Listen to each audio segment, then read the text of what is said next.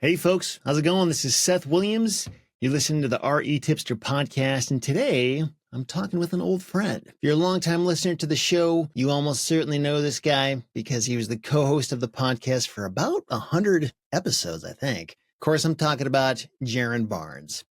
So Jaren has been running his own community for the past couple of years called the Land Maverick Society. He's also one of the very select few REtipster Certified Coaches, meaning he's someone that I know, like, and trust. He aligns very well with the REtipster brand, and whenever people ask me where they can find a good coach in the land business, Jaren is one of the people that I point them to. By the way, you can find out more about Jaren at landmavericks.com. But today, Jaren and I are going to discuss our thoughts on the current state of the market, some of the challenges that many land investors have had this past year, and more importantly, some reasons why we should all have hope. I'm sure we're going to hit on all kinds of other stuff in this conversation as we usually do. But Jaren, welcome back. How you doing? Doing well, man. It's an honor to be here. No, I actually have been talking to quite a few people in my network about who's kind of the go-to authority when it comes to real estate these days, because for a really long time it was BiggerPockets. But I think BiggerPockets, it's safe to say they're losing their steam. And I was poking around on different social media platforms asking questions about BiggerPockets, and everyone in the land community pretty much has said REtipster is a new BiggerPockets, at least when it comes to Really? Wow. Yeah, so That's cool. just wanted to throw that out there, man. Got nothing but mad love for REtipster and mad love for youth, man. I really wouldn't, have what I have at all if it wasn't for you. And, I definitely got to go give honor where honor is due. I owe you a ton, man. And every time I think about you, I'm just super grateful. Wow, I appreciate that very much. Yeah, I mean, BiggerPockets definitely has set quite the high standard just in terms of what real estate investing is and like what people think about, especially in the internet space. So being compared to that in any way, that's awesome, man. Yeah, I think what it is they've gotten away from stuff that actually is practical how-tos for beginners. They really kind of optimize for large guests that really get a lot of eyeballs, as opposed to like really giving people what they used to, back in the way day and for several years. So at least, it's anecdotal. I'm not by any means talking down BiggerPockets. BiggerPockets is an amazing platform, and I owe BiggerPockets quite a bit as well. So I just noticed that, as of late, it's not really what it used to be. And it seems like most people in the real estate space kind of agree with that. Hopefully they turn things around. Well, in terms of the land business, I know this past year, it seems like, I'm sure you've probably seen a similar thing or maybe different things than I have, but it seems like a year of, I don't want to say the struggle defines this year, but I just feel like I've heard a lot of that, at least when people are willing to be open and honest about it and not just talk about their successes. Seems like the common theme is that things are kind of getting harder. Like things aren't coming as easy as they once did. And I don't know, have you seen a similar thing, or what's been your thoughts and your observations working in the trenches? Yeah, so I think the vast majority of active land investors right now have come up either right before or during what I like to call the COVID frenzy. From 2020 to 2023, there was a bit of a gravy train where properties were moving faster than I've ever seen them move. And there was just a lot of activity. It was almost like a perfect storm, because on one hand, you had people who were freaking out about the government and they were hitting the hills and wanting to buy land. And simultaneously, you had kind of this artificially inflated economy where things were booming because the government, literally gave out, what was it called? When they were giving out checks and stuff, there was a particular like technical title for it. Stimulus or something? Stimulus checks. There you go. Yeah, when they were giving the stimulus checks, they stimulated the environment, the economy, and it was quite the gravy train. But now we're on the other side of it, and I do think that we are approaching a downturn in the market. I think everybody is kind of at the edge of their seat, just kind of anticipating what's about to happen.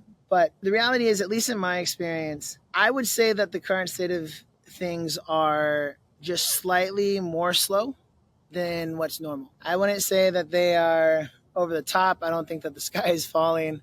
I don't think that there's anything really to be super worried or anxious about. I just think people have gotten really, I don't want to say lazy because that sounds mean, but I think people have gotten spoiled. I think that's a better word. I think what they were experiencing, what I was experiencing, what everybody was experiencing, was a gravy train. And the gravy train always comes to a stop.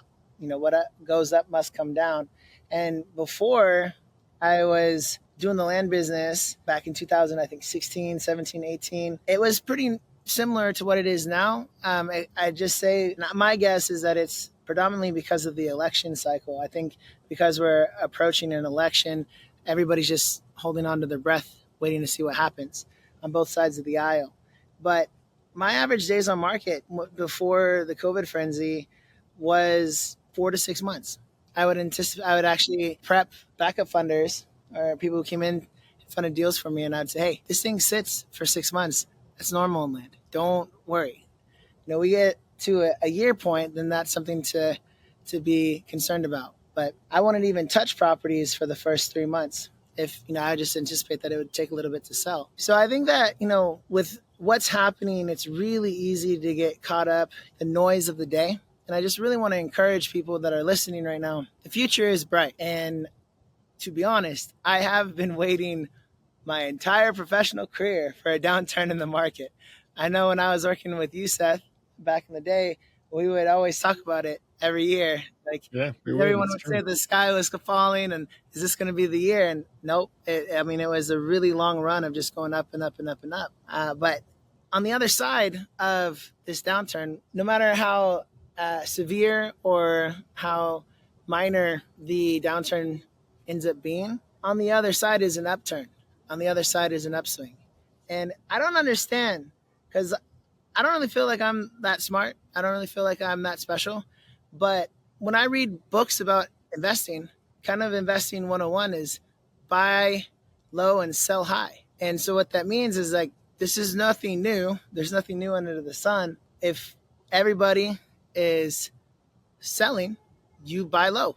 And if everybody is buying, you sell high. So, I just want to encourage people that this is very normal, and that on the other side of this, if you can weather the storms and navigate through the waters, you're going to be okay. And you're actually going to be able to ride an upswing. So just buckle up, and whether it's 3 months, 6 months, or a couple of years, on the other side, I think a lot of millionaires, multimillionaires are going to be made because we're existing right now for such a time as this. So just really want to encourage people, you do need to remain nimble. You do need to be able to pivot aggressively at the turn of a dime. But as long as you can sustain the waters of turbulence right now, you're going to be absolutely okay. The land business is an amazing model. So yeah, it's interesting because I think there's kind of a couple things going on. Like on one hand, the market is cyclical, and things go up or down or sideways. That has happened before. That's nothing new. But the other side of it is the unique thing with the land business, because with the last major downturn, there weren't really other land investors. You could literally say there was no competition for this particular model. And now there is competition. And it's so to go through another downturn, it's not exactly the same thing as what happened before, because you've got the market going down, but there's also a bunch of other people trying to do it. And so that's where I kind of get hung up, or not hung up, but just really curious to see what that's going to look like, because people really need to be buying for a very, very, very cheap price if prices are plummeting, to kind of, shield themselves and give that buffer of protection. But that'll be a little harder if everybody else is trying to do the same thing. So I don't know. I feel like when that time comes, we'll probably see some people get out of the land business. It's one of those things where, there's a guy named John Paul Getty. He's got a quote where he said, in times of rapid change, experience could be your worst enemy. And I think that's really true, because, a lot of people that are struggling right now, or maybe people who've even gotten out of it, part of the reason is because they're using that past experience as what they call normal. It's supposed to work this one way. And it's hard to be nimble. It's hard to change and figure out how to reshape and reform yourself and change your expectations as the world changes. I know that better than anybody. I'm really not good at that, frankly. I have a hard time getting on the bandwagon and rethinking things, but you really have to. If you want to survive, you have to be willing to hit the reset button. And I think it does help to pay attention to interviews like this, or even Facebook groups and forums and stuff, just to figure out what is everybody struggling with right now? What are you seeing? the land scaling summit that you and I were just at. Like it was just helpful to have those conversations with people, especially when it's like one-on-one, like person to person. Nobody else is listening in. It's not like it's a podcast interview where like, the whole world is looking for success stories. It's like, no, let's just be real. Like, what is really hard for you right now? Tell me. Or like, what's not working for you? That kind of thing is really helpful too. Yeah, man. I got a couple thoughts. You unpacked quite a bit there. Yeah, let's hear it. I do think that you were 100% spot on, that your prior experience can really hinder your future success if you are real rigid and firm on staying the course of what you built your whole operation on. But I think that's business.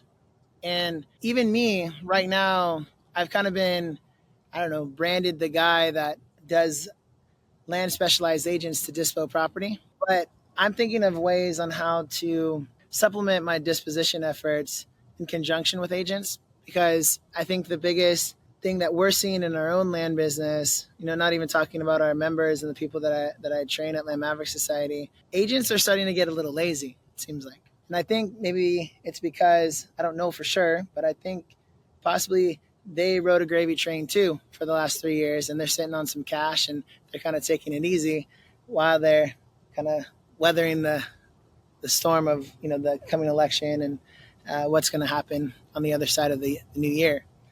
And I have been having a lot of talks with my wife and our team about doing some things where we track days on market on our inventory. And if it hits like 90 days or it hits, certain intervals, we have a series of activities that we do to support our agent and generate leads that they service, because we need to have them justify their commission. So I still want them to work. But it's hard to shy away completely from agents in our model because we go after more premium property. And I would not feel comfortable buying any property that I didn't have somebody's eyes on before taking title. They don't have to necessarily be mine, but our agents will walk every single property, take pictures, do videos, really make sure that we're not losing our shirt. And it's really hard to do that without an agent unless you want to be doing it yourself. To the degree of working with an agent, because they have a trained eye. They can look at what type of timber quality is on the property. They can look at a lot of different things that kind of we go look, or some random person on TaskRabbit or whatever really want to be able to do for you. The other thing, though, I do want to say on what you mentioned, yeah, there is a competition, but in every business, every industry, let's say, there's going to be competition. But in land in particular, I think that I still am a advocate for saying that we have some of the lowest competition in existence for when it comes to other industries. Back in the way day at REtipster, I was in the process of making a blog post that never made the light of day. And depending on what source you cite, they say that only 3 to 6% of the landmass in the United States is developed. So that means all infrastructure, all cities, all roads, all towns, everything is, let's call it 6%. Let's even bump it up and call it 10%. If 10% of the entire landmass is what we call society and what we know as like civilization, that means that potentially 90% of the landmass is viable for doing deals. Let's even like take it a step further though and call it not 90%, but let's call it 50%, because there are federally owned like federal reserves and unusable property, stuff that has too severe slope and wetlands or whatever. Let's even go shorter and call it 30%. If we have, with all of the like acres upon acres upon acres of city and civilization that we have developed is only on, say, 10%, which we're being conservative. And let's just say there's a total of 30% that's viable for doing deals. Again, being super conservative. We have so much threshold for competition. There's only about 7 states that the vast majority of the industry is actually actively doing deals in. Nobody talks about Maine. Nobody talks about upstate New York. Nobody talks about Alaska. And there are viable places, I think, honey holes that haven't been discovered yet. And I think that when you couple that with more, I don't know, advanced strategies or kind of alternative approaches to certain things, such as like becoming an expert in like converting landlocked property to an easement access road, or you specialize in extreme title issues, or even you talk about subdivides, or whatever it is that you can kind of make your niche that kind of sets you apart from the crowd. There's so much opportunity. It's kind of funny when I hear land investors talk about it, because I got a lot of friends in the house wholesaling world, and in the house wholesaling world, they define a market as oftentimes a section of a city, but let's call it a city or a town. We land investors call a market an entire county. And so we just inherently have so much more volume, so much more opportunity. It's incredible. And a lot of these household sellers, they are on average. I mean, I'm running into people. I have friends that have been household selling for years and years, since back in my simple wholesaling days when I worked for a household seller named Brett Snodgrass, based in Indianapolis. They're routinely seeing household sellers having to do $70,000 to $90,000 a month in marketing. Like, That's crazy. Just to do 5-10 deals, or just kind of to be relevant. Whereas you're a really big deal if you're spending more than $10,000 a month in land marketing and marketing and land, for marketing and land. So the long and the short of it is, I do hear what you're saying, and yeah, it is different than it used to be. You could literally just suck wind and get deals all day long in land, way back in the day. But with every industry, it matures, it grows, it becomes more efficient, and that's just normal. Those are the normal waters of what it is to be an entrepreneur. So I'm still completely rosy-colored glasses over here. I think land is amazing. I think the future is bright. That is interesting, though, to draw the correlation. I've heard that the number one killer of all marriages is really failed expectations. People expect one thing and they get something else. You could probably say the same thing about a lot of stuff in life, including land investing. Like, people have certain expectations, especially those who have been in it for a while, or those who have just been sold on it through some kind of podcast or webinar or something like that, where these expectations are painted as like, yeah, this is going to be amazing and all this stuff. And it may still be that way, but like, it's just changing. It's not that it's like bad or a poor business model. It's just different. And that's okay. I think people who can adjust expectations, or maybe even have the fewest possible expectations, are probably going to do the best. People who can just be flexible and roll with the punches and that kind of thing. It's hard because like, you have to have some expectations. You can't like just not have any. But how do you have the appropriate amount of them? And you actually bring up a really good point, Seth. I want to shout from the rooftops. Land requires a lot of work. It's extremely lucrative. And yeah, depending on how you structure things, you can turn it into a very lifestyle friendly based business. But it is not passive. It is not, I'm going to hit an easy button and press that and just kind of print out cash on the other side. It takes a lot of work. It is very common for both me and my wife to wake up at 4 a.m, do a bunch of prep stuff. I'll talk specifically about my wife because she's more in the trenches of the land business. She'll wake up at, say, 4 o'clock in the morning. I know because I'm the one that's waking her up. And she'll comp for 2 or 3 hours before her team comes in, preparing offer amounts so that her team can then run with the offers and get things going. That if you want to make a lot of money in the land business, it is a full-time commitment and a full-time job. Definitely you can make, say, $10,000, $20,000 a month, maybe on some part-time hours, but I would never, ever come into the land business starting with that mindset, ever, because that is a recipe for disaster. You need to have the hustle on and then figure out the land business, overcome your learning curve. And then on the other side of that, sure, maybe you can optimize and try to start pulling back your time a little bit. But this is not a get-rich-quick scheme by any stretch of the imagination. This is a true and tried business that takes a lot of effort. But as long as you're willing to put it in there, it's extremely rewarding. Yeah, totally. So a few minutes ago, you just kind of mentioned in passing, you were talking about how some land specialized real estate agents are getting lazy. And that may very well be, but I was curious. So what makes an agent lazy or not? Because It's kind of interesting. Like sometimes I think about this, and when you're selling a property, like there is a limit to what you can do, sort of like, putting together the best set of information, the best set of images, like really thinking through the price, maybe offering the best possible terms, and then like making it visible in as many places as conceivably possible so that people can find it. I mean, maybe an agent could go so far as to like call up very specific people that they know are buying if they have a big buyers list, or calling builders or developers. But when you say that, like, okay, this person's getting lazy versus, man, they work hard. Like, what is the differentiator there? How do you know if somebody is working, like doing everything they can to do the job? Yeah, so I would say first, communication. Promptness is the number one indicator of a good or bad agent. Beyond that, though, dispositions, whether it's being facilitated, the activities of dispositions, whether it's being facilitated by an agent or by a land investor or somebody on your team, it's all kind of the same.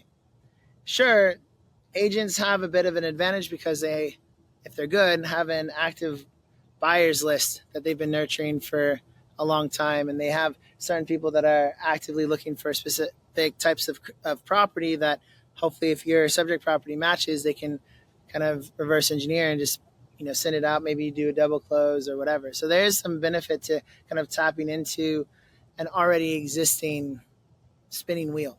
But there's a lot of things that even was highlighted in the Land Summit, Scaling Summit that we were at, that I think is very true. And when agents are hungry, they do a lot of that type of stuff, like sending out marketing to other agents, other listed agents beyond the MLS via a SMS blast of some sort, or direct mail campaign, or what have you, making sure that there's actually a sign in front of the property, a big, in your face sign that says property for sale. It's not rocket science, but there's a certain amount of activities that you have to make sure happen. And oftentimes right now, the agents aren't doing that as promptly or without us having to ask.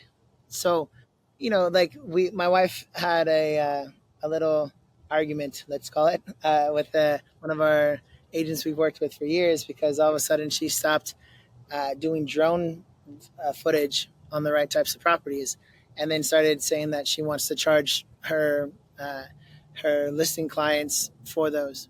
And that's fine, whether we pay for it or whatever. But the fact that we had to catch it and then initiate, like, hey, why all of a sudden are you stop facilitating drone footage on premium property?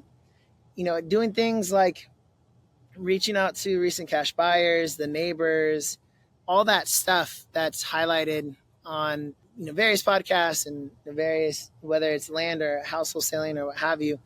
All that stuff is pretty crucial to move property, especially if you've hit certain days on market.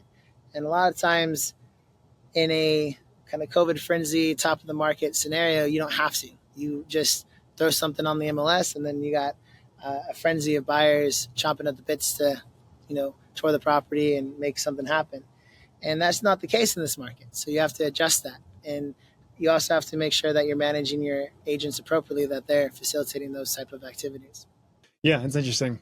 That communication stuff, like that, there's so much that lives inside that word. Like so many, we got the speed of communication, we've got the clarity of communication, the method of communication. There's like a person you're communicating with.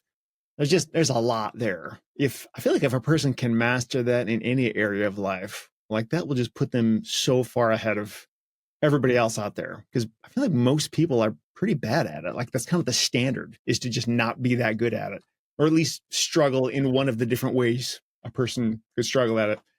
I remember seeing this in banking all the time. Like people would just be awful at like whether they responded at all, or if they did send an email or something, it was just really hard to understand what they were saying, just stuff like that. So yeah, that's, I guess, a lesson to everybody out there, whether you're new or experienced. Like just know it matters a lot, and people make initial and repeat buying decisions based on your quality of communication. So like it's worth the effort to figure out how to do it well. I agree. And I got lessons to learn there too. So tell me about Land Mavericks. Like, what are you up to? what's new over the past year? What are you looking to do over the next year? I don't know if this is part of Land Mavericks or if it's like a sister company or something, but like you guys are funding deals now. You have kind of a different approach to coaching than what I see from most coaches out there. I mean, there's other stuff we can get into as well, but where should we start? Do you want to talk about maybe your unique approach to coaching, like how it's not necessarily what you might expect from most coaches? Yeah, man. And I appreciate you asking. So, most coaches, in some form or fashion, will meet with you maybe once a week, maybe a couple times a week, to just kind of throw a bunch of theory at you. And then they kind of salute you off and say, good luck implementing. Here's some really nice information. And some of the information is really, really good. But the vast majority of people, particularly in the realm of just getting started, they need more than just a bunch of really good information. They need you to hold their hand in the trenches and showcase, all right, we're working seller leads together. Here, I'm going to take a call, you take a call. And really showcase what it looks like in the fine-tuned, nuanced details. And so, I don't know, coaching is kind of a loaded word, and maybe I'm not really a coach. Maybe I'm something else, but I can't find a better word for it. I'm kind of like a fractional partner of our members' team. So I am available to call seller leads, call agents, help run due diligence, help select markets, kind of the full kit and caboodle, as though I am on their team. And we're different in that, for our two top tiers of membership, I give my personal cell phone number out to our members, and we offer unlimited one-on-one sessions. And that sounds crazy. Like, how do you handle all of that? But the vast majority of the time, people don't need one-on-one as much as you would imagine. Most of the time, it's only in the very beginning stages to, get things going. And then, they're going to reach out to you if they actually have a problem that they're stuck on. So I've really made myself available and plan to continue to do so, because sometimes it really is, hey, you're not qualifying your leads properly, or hey, you're not calling people enough. Like, you've just sent one call. Yeah, you made one call and then they didn't answer, so you left a voicemail, and then now you're expecting them to actually call you back. And it's funny to me because that's so foreign to what actually works in the business. You have to be aggressive. You have to be kind of err on the side of being politely annoying. And it really boils down to three core skill sets. It's running comps and due diligence, talking to motivated sellers and building connection with them. And then it's finding, vetting, and managing land specialized agents. If every problem of somebody that I have coached over the last couple of years has boiled down to one of those three things. And a lot of the times it's the talk track. A lot of people really don't handle talking to sellers correctly. And it's pretty funny because it comes so second nature to some of us who've been in some form of sales business or sales. It's kind of funny because for those of us who have some kind of background in sales or a prior business of some form or fashion, talking to prospects comes second nature. But for the vast majority of beginners, it's not. They are kind of stuck in a world where the industry that they're coming from is, you want to get a hold of somebody, send them an email, or you don't want to bother people. And so having to reframe and relearn, in real estate, whether we're talking about agents or county reps or vendors or sellers, you need to err on the side of being politely annoying. Pick up the phone, call them, and not be afraid of that. And then also having opportunity to practice. So kind of zooming back out a little bit, kind of going more high level. Land Maverick Society, we have 3 programs. We have Greenhorns, which is kind of just for those that are, kind of limited on working capital, but still want to be exposed to the community and kind of the live training events that we do, and the Land Maverick Academy, our video library and all that. We have a once a month group coaching program. So we once a month meet, and it's a 6-month program. And those are for greenhorns, those that are just kind of getting started. Then we have Pathfinders, which is kind of reserved for people who have maybe done a handful of deals, but they're just trying to shift in some form or fashion towards maybe a new marketing channel, strategy, what have you. And that's a 3-month program that is kind of reserved for, hey, I don't have to teach you how to run comps and due diligence, but I'm here to give you kind of more high-level strategy and help you implement. Build out automatic follow-up systems, find your first hire, whether it's an overseas VA or local in the States. And then kind of our flagship program is called Trailblazers. So Trailblazers is a 6-month program, and it's full access, generally working with people who are just getting started all the way up to scaling. I would say 80% of our community are beginners, and 20% of our community are people who are experienced and they're just looking to fine tune or shift a couple things around. So during that, in that, every week we have 3 core sessions of the week. We have a sales mastery training where I kind of give an example of a talk track, and then we break into breakout groups on Zoom where you get to meet other Land Mavericks and role play based on kind of the direction of that week's talk track. We have a foundations core session, which kind of cycles through the main tenets of the land business. And then on Fridays, we have a deal review party of the week where at the time of this recording, my wife joins me, and people just kind of come first come, first serve, drop an APN in the county, and we run comps and due diligence live and kind of, showcase how we would generate an offer amount. So, it's very hands-on. At a high level, what we're trying to accomplish, and we still have our work cut out for us, but what we're trying to accomplish is providing everything that's needed for you to thrive as a land investor, going from all the way from the absolute bottom of getting started all the way scaling to the top where you're doing 100K months or beyond. So of those 3 things you mentioned, so which is the one where you're basically like a fractional COO of sorts and you're kind of working alongside them? So that would be in Trailblazers and in Pathfinders. It manifests slightly different because the objective, the goal is a little bit different. Again, with Pathfinders, we are helping people who already are established in some form or fashion in the land business. And then we're just trying to help them go to the next level. But Trailblazers starts generally from ground zero and builds all the way up. Yeah. And I will say that's pretty unusual in a very cool way. Like, I don't think I've ever had a coach that would actually get into the weeds with me, like getting their hands dirty in my actual business. I don't know that I don't even know if you'd call that coaching. It's like, again, like a fractional COO or C something, where somebody's like really there, looking over your shoulder, doing everything with you, making sure you get it.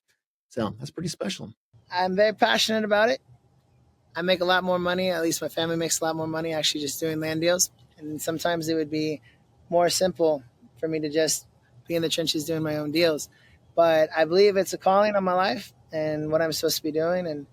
And for the foreseeable future, I don't think there's any looking to the right or to the left. It's just Land Maverick Society and continuing to bring more and more resources to the table to help people really get breakthrough in this business, because it's an incredible business model and you do have to work hard, and it's not all sunshine and rainbows. There are days where you had 5 contracts out and then all of them fell through all abruptly, and it's just demoralizing.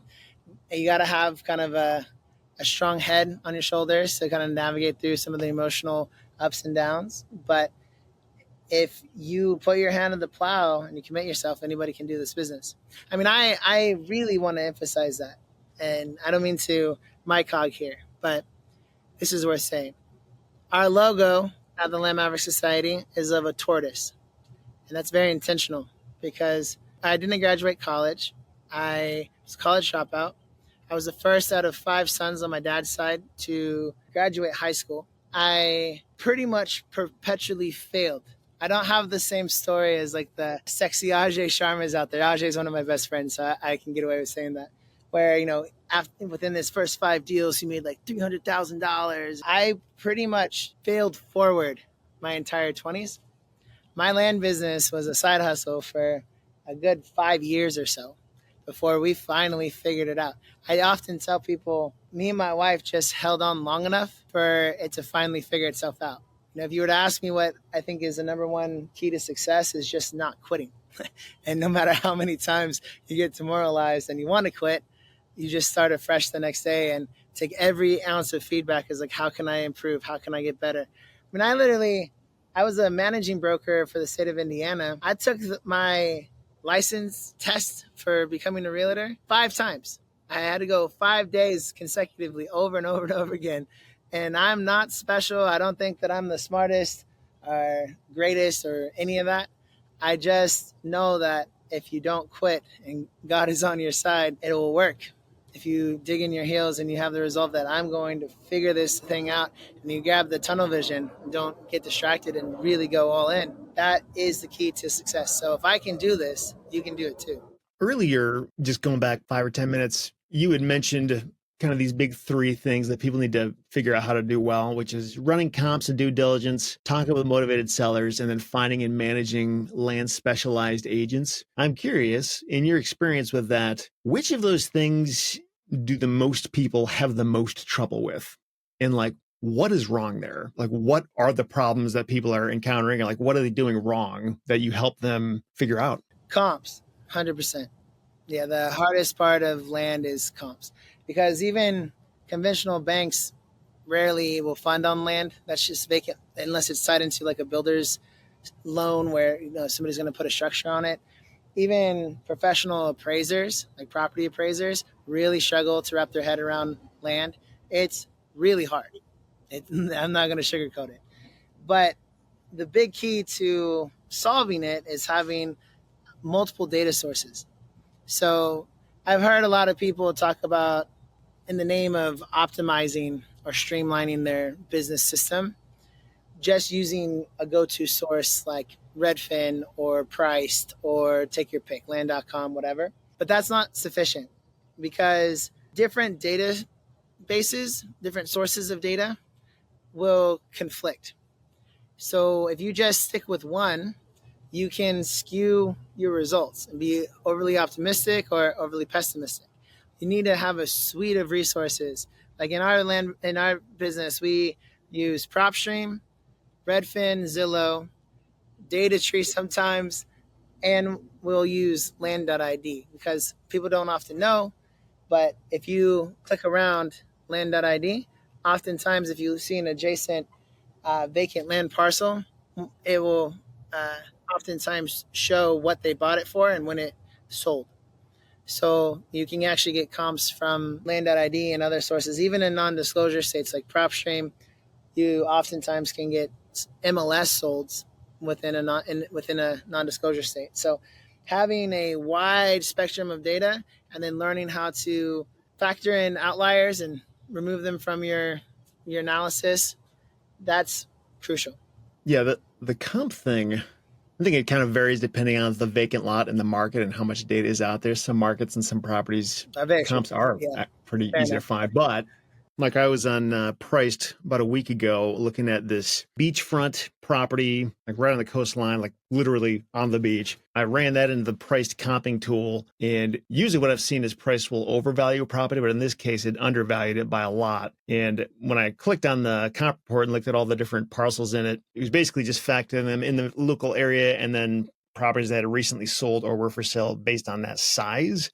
But like more than half of the comps it picked were not on the beach. They were like, a mile inland, or just basically they didn't have that feature, which is a huge differentiating factor. Has everything to do with why that property would be worth more. But a handful of these comps were on the beach. So it was just a matter of understanding, okay, those are not appropriate comps. Kick them out. These other ones, they are, because they're like just down the beach. It's like right there. It's pretty much the same thing. And sometimes it's just like, I call it common sense, but for somebody who's never done this, maybe it's not common sense. But just looking at stuff like that and being able to think critically and be like, nope, those don't belong on there. I'm not paying attention to those, and sort of rerunning the comps based on that.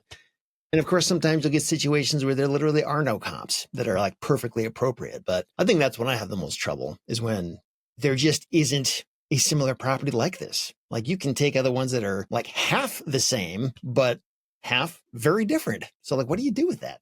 How do you use that and then back into a reliable, trustworthy number? What would you do in that case if there was truly no comps out there? Like, how do you make that leap and go out on a limb? I would do a lot on the front end. I would look at, maybe even higher acreage than kind of the ideal acreage range for my subject property. I would look at maybe 2 years of sold data or 3 years of sold data. I would, do quite a bit.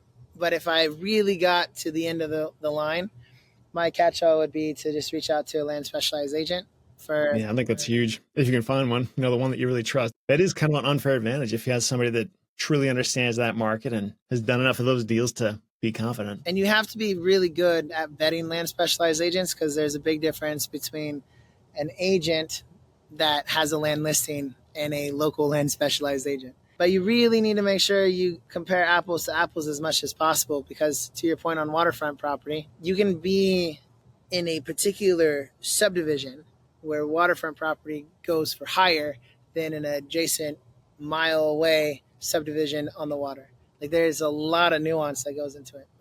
So that whole thing on the land specialized agents and finding one that's actually experienced and knows what they're talking about. So that's a big deal. And I'm wondering, because there's a certain amount of information you can find about these people online before you reach out to them. But, all the accolades in the world, all the listings in the world still is not a guarantee that they're going to be perfect or the best or anything like that. Sometimes you just have to start working with them to find out what they're really made of. It's kind of like hiring any person. But I'm wondering, when you think back to experiences you've had where you found a land specialized agent and it didn't work out that well, it turned out like, oh, they're not really as good as I thought. Can you kind of like reverse engineer that and figure out, okay, like, why weren't they very good? Or what could I have seen if I had asked the right questions on the front end? Or what should I have been looking for to uncover this truth about them? Like, is there any way to make your vetting process more reliable so that when you actually sign a listing agreement with them, you can be more confident that they're actually going to know what they're doing? Any thoughts on that? Yeah, so I would address it in, I feel like there's kind of two questions in there. One is, what on the front end, before I reach out to a land specialized agent, are certain key parameters and things that I look for that give me a high indicator that they would be a good agent? And then what do I do once I have hired a new land specialized agent and thought that they were good and they turned out not to be good? And what are those KPIs? Am I understanding you correctly? Yeah. And I think the things for vetting that agent, you wrote a whole blog post about it. I can link to it in the show notes just so people can kind of see what that whole thing looks like. But like, when things don't turn out that well, like, what went wrong? Like, why weren't they as good as you thought? And is there anything that could have been done on the front end to be like, oh, that's going to be a problem and here's why? Or maybe there is nothing. I don't know. Maybe you just have to try it and see. But what are your thoughts? I really try to look at data, right? Like, data is the tell all. So when I am approaching for canvassing for a new land specialized agent, I want to look them up online, and I want to look at their current and past listings. So different listing websites like Zillow, Redfin, Realtor.com, even there's a new one that is a fantastic source for agents called Land Search, not Land Watch or land.com, but Land Search.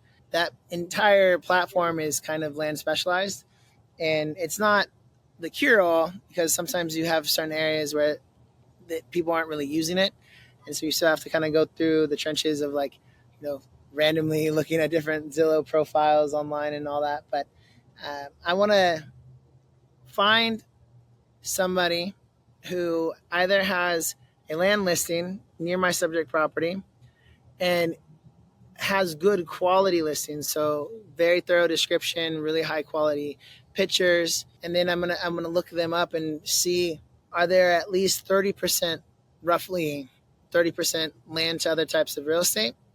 Are they specifically mentioning land oriented things in their description, like I live on a farm, or I have chickens and cows, or they literally have a picture of them in camo with a buck that they just shot? Like, those are the things that you kind of, it's stereotyping a little bit, but there's a culture. There's a culture to land, and it's rule, conservative, nature, all that. So if you can look at those things, and then, when you identify one, then handle the talk track correctly, and you use certain industry related terms like, perk test or slope, like these type of just kind of run of the mill, normal, everyday conversations that we have. That's a foreign language of somebody who's not in our industry. So intentionally bringing those things up, you can kind of gauge and vet them. You can also just point blank ask, have you ever worked with other investors like myself? This is kind of my business model. And I will say, circling back to what people struggle with, I think the first is comps. The second is talking on the phone. And it kind of hits both sellers and agents, because you need to use a lot of finesse to do it correctly and to have it really be a favorable outcome in both cases, both with agents and with sellers.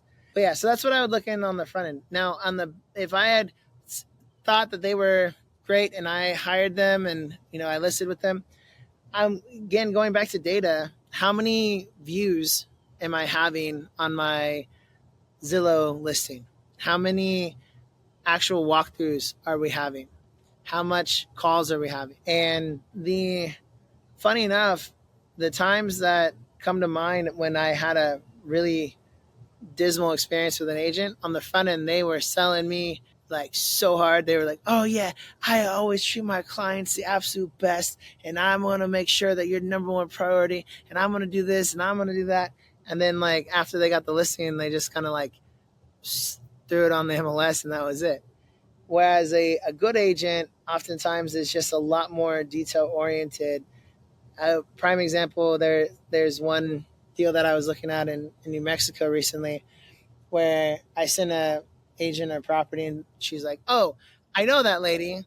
She actually tried to sell her property for double what she's selling it to you for. And just so you know, no houses can be developed on that street. There's some kind of weird thing going on with the zoning that I would have never known about ever without talking to the agent. So, and like they're just in their emails that they're sending back to me, it's just like, it's so thorough with really not only just like a regurgitation of the comps that's on the MLS, but like, hey, here are the, comps. I wouldn't use this one and this one because of XYZ, but I think these ones are really solid because of ABC. Those type of things are invaluable. And what one story that comes to mind with a land specialized agent that didn't end up working out, they sold me on it was in Pueblo County, Colorado, and they seemed super awesome. We connected on a bunch of stuff. And after about 3 months, I'm like, why haven't we sold this property? This property is great. It's in a great area. And after pressing the agent, come to find out, the guy didn't have MLS access to Pueblo County. He had access to an adjacent county's MLS. Oh, man. And so he just was like fronting the whole time, trying to get this listing. And I was like, what are you doing? So like I promptly let him go. And oftentimes you have a 6-month listing agreement, and technically like you have to navigate those waters carefully. But generally, if you ask an agent, hey, I'd really like to just take this off the market and, kind of sign the cancellation, they're going to just honor it. Technically, they could give you some pushback, but, I have never had an agent do that. But all I did with that property, I found a land specialized agent in the right county that had MLS access, and we sold it in a month. So you partner with people on deals, is that right? How does that work? You like fund deals for people, or do you like you buy it together, or what does this partnership look like? Yeah, so for our active members, so if you're an active paid member of the Land Maverick Society, we will fund all of your deals if you want us to. Pretty much the parameters are 15,000 acquisition or higher with a list at a multiple generally. So if we buy at 15, we want to list at 30, and buy at 30, list at 60, and so on. The reason why we don't open up the floodgates to the industry at large is all of our members have been trained on how to identify, at least on the high level, bare bones, basic approach of what we call a deal versus, just something that's going to be a waste of time. Like people who submit deals to underwriting for funding none of them are covered in wetlands, landlocked in at a 95-degree slope. They already know a little bit, so it's not going to be a bottleneck on our time where we're just constantly running through the hamster wheel of running a bunch of deals that are not viable deals. They also are going to be trained on how to handle the conversations a lot better. And we always make it so that there are 3 things required to submit a deal to underwriting: a signed copy of the signed purchase agreement, a agent opinion of value, and the agent's phone number, and then a completed thorough due diligence questionnaire that walks them through how to reach out to the county and ask a bunch of due diligence questions related to setbacks and perk tests and a bunch of stuff. And so they do a lot of the groundwork for us, on the underwriting side. And I don't make it where it's a forced thing where people have to use us for funding, but for a lot of beginners, it's kind of a security blanket in a lot of ways, because they feel like, hey, if Jaren and Asia, and really it's just my wife is the senior underwriter. She makes the call at the end of the day. If they think it's a deal, then it's for sure a deal. We generally buy at 50 cents on the dollar, but if it goes up to 250,000 acquisition or higher, we normally default to a 60-40 split in our favor. Between 15,000 and 250, it's a 50-50 split generally. But we're starting to loosen up our parameters more. It's kind of case by case right now. We haven't landed exactly in a nice box with a bow on top how this looks, but we are trying to fund on thinner margins if our member will put up some of the capital themselves, or if it is thinner margins, a higher split in our favor. So I'm the advocate for the members. So I go to these Tortoise Capital Group is what it's called. And it's an entire funding company solely designed and created to support our members and funding our members' deals. But I always go to bat and be like, hey guys, we should never deny anybody ever. We should always just counter and say, we would approve you based on these conditions, because I cannot tell you how many $20,000, $30,000, $50,000 spreads we've walked away from because it's not a buy at 50 cents on the dollar. When you buy a property at 100,000 and you list at 135, maybe sell 120, that's $20,000 that just got left on the table. But it's hard to navigate the waters there, because to some of your points earlier that you brought up, Seth, you do need to have a certain margin of error to make sure that if you're wrong and the agent's wrong and everything's wrong, that you're not going to lose your shirt. Even if you lose a little bit of money, you don't want to lose more than $1,000 because it's not fun. It's not fun to lose money. Yeah, I know. It's interesting though. Like you mentioned, I don't know if you said security blanket or something like that.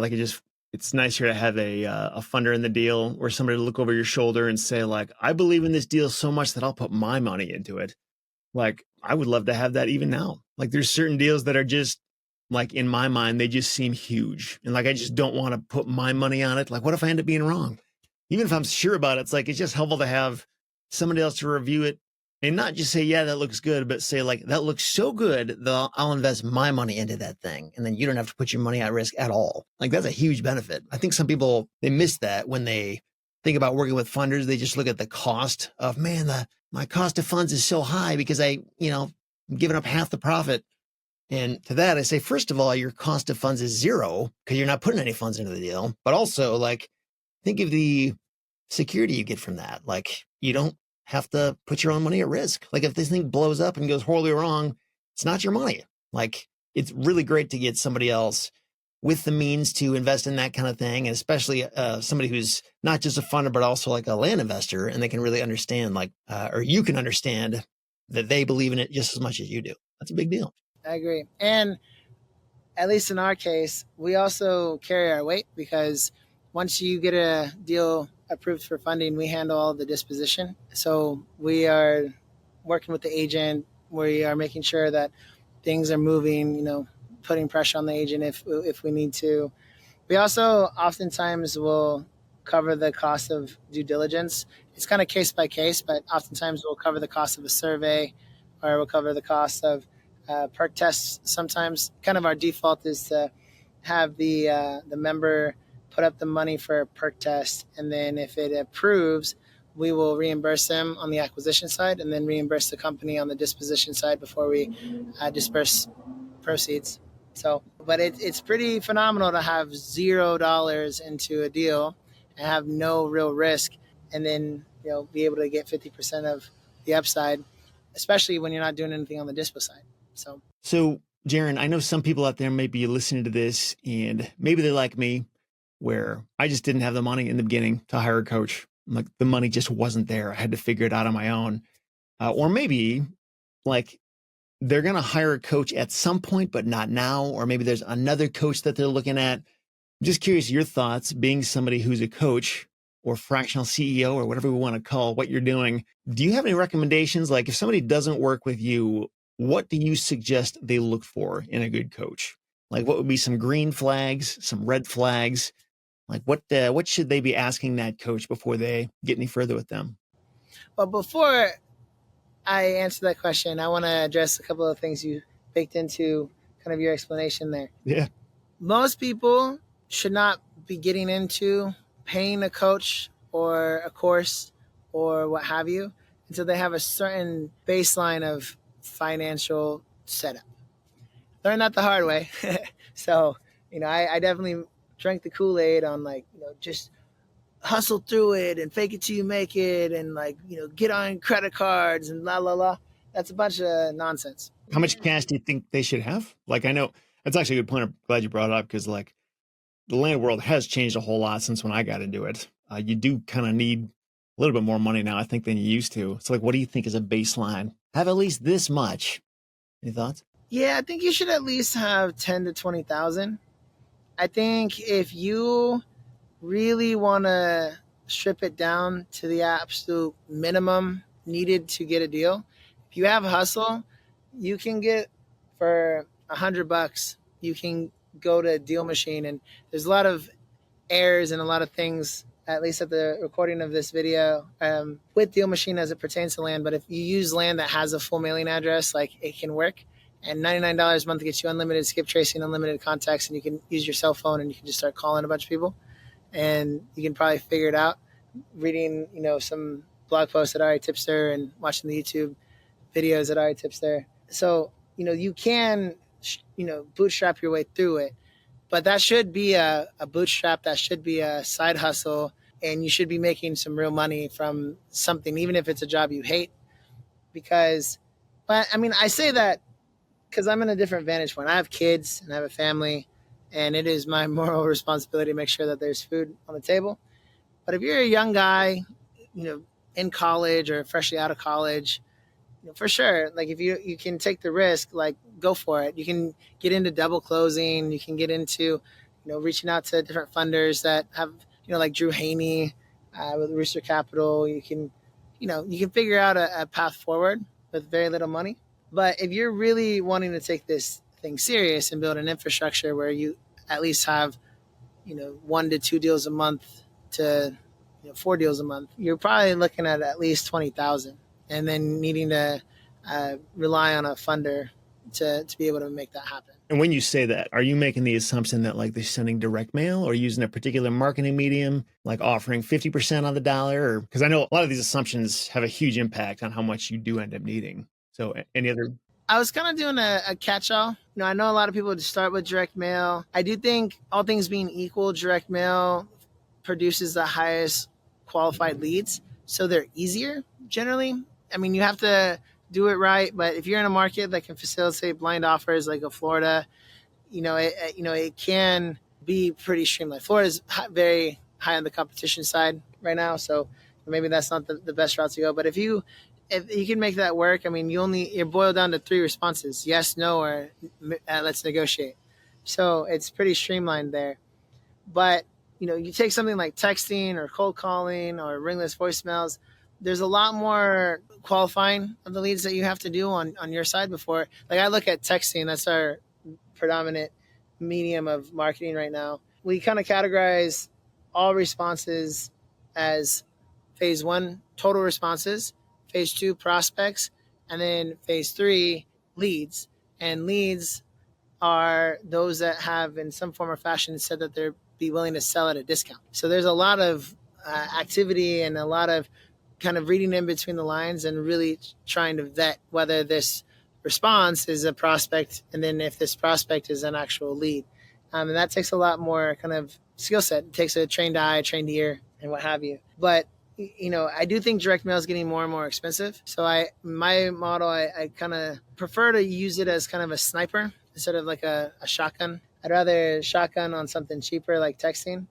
But, there's pros and cons. We'd really have to get into the nuances of everybody's unique circumstances and stuff to really land on what the right channel would be.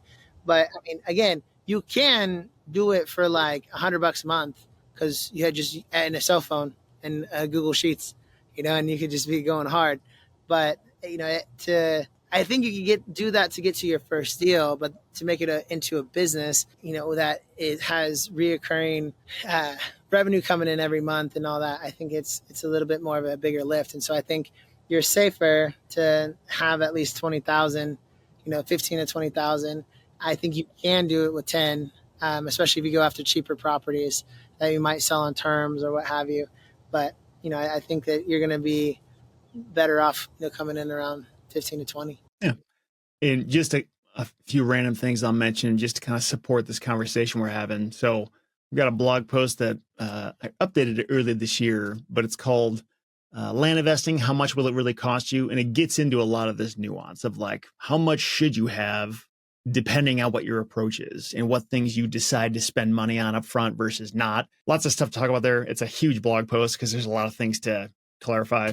But I'll put that in the show notes at retipster.com/195. You can find a link to that. Also, if you are somebody who's into direct mail during the month of October 2024 only, ITI Direct Mail, they're already the cheapest direct mail outfit out there. But I was able to negotiate even cheaper pricing with them, again, just for this month. If you want to check it out, retipster.com/ITI promo, and I'll put that link in the show notes as well. Again, retipster.com/195. Any notable member success stories come to mind when you think about the people who have been through the Land Maverick Society to date?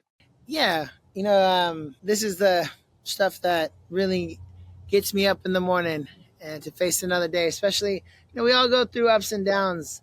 And the land business is not a get out of jail free card. Like you have your days where you're high and you have your days where you're low. But, for me, the thing that really gives me fuel to keep going and to be on top of the world, like I would much rather have one of our members get breakthrough than me just get another deal because I know how to do it, right? I know how to get another deal. And it's cool, it's fun, but I'm not like money motivated that way. I'm very much like, I think at my core, I'm a teacher because I cannot tell you how excited I get. So a couple stories that come to mind, I'll, change up people's names, protect their privacy or whatever. But there was a particular gentleman that I have been working with for quite some time. And when he first got started, he really struggled with computers. He might listen to this at some point, so I want to be very sensitive to this. But, he really struggled even like copying and pasting was like, using Command V or, Command C on his keyboard was something that he just was still having to figure out. I had to spend like the first probably month and a half, 2 months just teaching him computer skills because we literally couldn't do anything because he couldn't navigate Pebble or he couldn't navigate setting up direct mail, all that stuff. Most coaches wouldn't do that. Most coaches are like, you got to have a minimum of like 5 deals under your belt or have a certain level of experience. And if they realized that it was going to be that much of a lift, they would have just said, hey, here's your money back. Sorry, you're not a good fit. But no, I just don't do it that way. And again, I know more than anybody else because I live with myself every day, all day, that if I can do this business, anybody can. And so I finally got to a point where I made a whole like mini course, be like, watch all these random YouTube videos that I've put together for you so that you can just learn some basic computer skills. And he went through them all and he learned them all.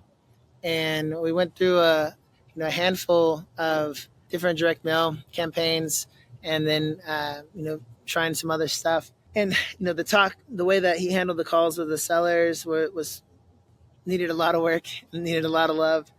And, we just kept working at it. And eventually it clicked. and he ended up getting a deal in Sevier County, Tennessee, that's on the market right now. Actively being sold. I think we're in our fourth month or so. But when I listen to his call reviews, because I have a whole mechanism where our members can submit comp reviews and call reviews for me to say, yeah, you did it good, or just provide feedback or whatever. And his calls are totally different. Like he's like a totally different animal, and it's just something that it brings tears to your eyes if I don't watch myself right here. It's so amazing. And there's been other people that have been.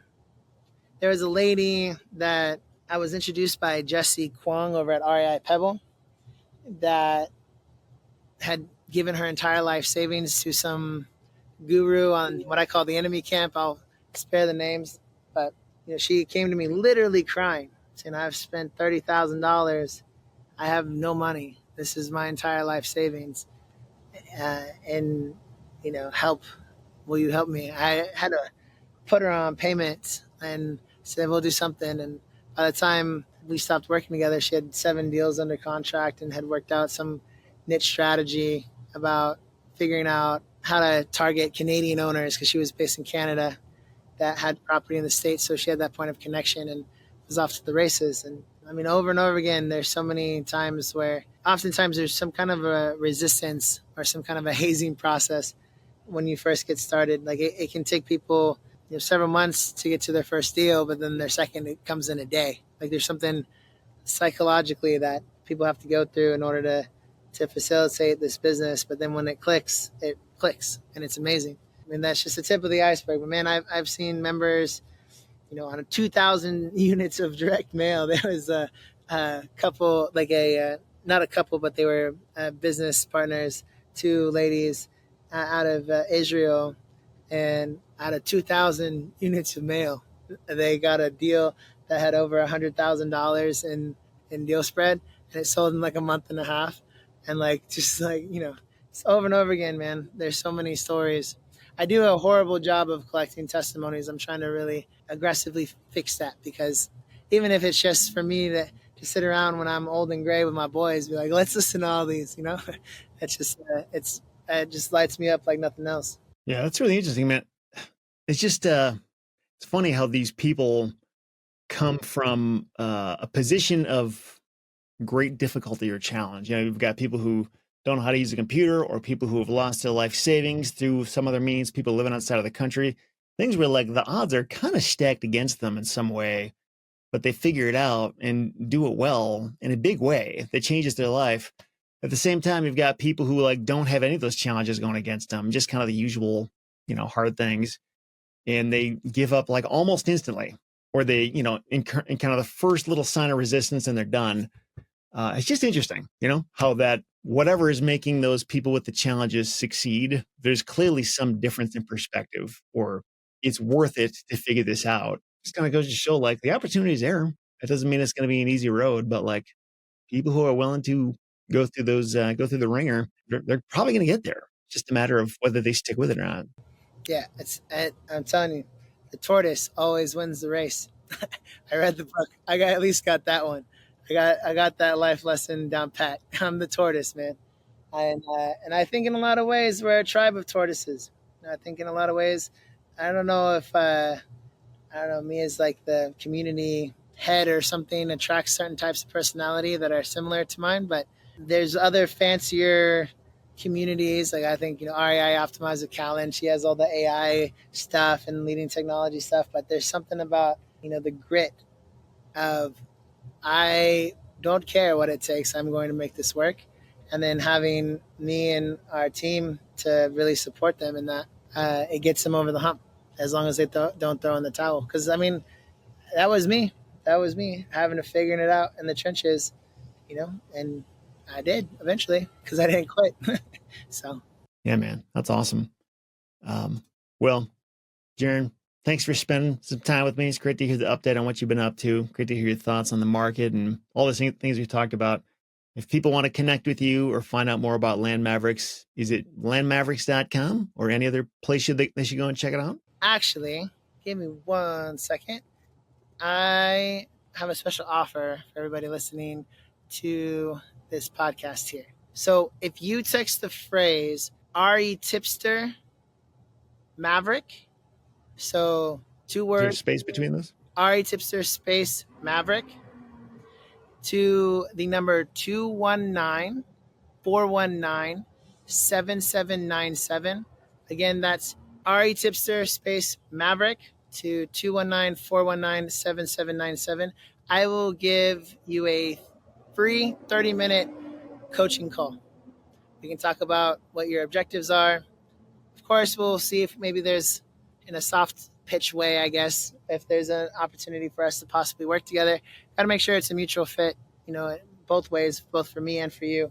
But, even beyond that, if you just have some things that you're trying to navigate through or need some advice, a free 30-minute coaching call with yours truly. So again, that's REtipster, not REI Tipster, REtipster space Maverick, Maverick to 219-419-7797. Sounds awesome, man. Appreciate you sharing that. Thanks again for being here. And if anybody wants to connect with Jaren, you know how to do that now. Thanks again, everybody, for listening. Again, if you want to see the show notes for this episode, it's retipster.com/195. That's where you can find links to everything we talked about here. And Jaren, thanks again, man. Hey, man, it was an honor and a true privilege. Again, Seth, as I said in the beginning of this interview, I owe you a lot. I owe REtipster a lot. And, I really, to the degree that we can continue to align whatever we're doing, man, I just hope you know I got nothing but mad love for you. And I'm down to do deals. I'm down to hang out. Just know you got a friend in me, man. Awesome. Appreciate that so much. Thanks, Jaren. See you, everybody.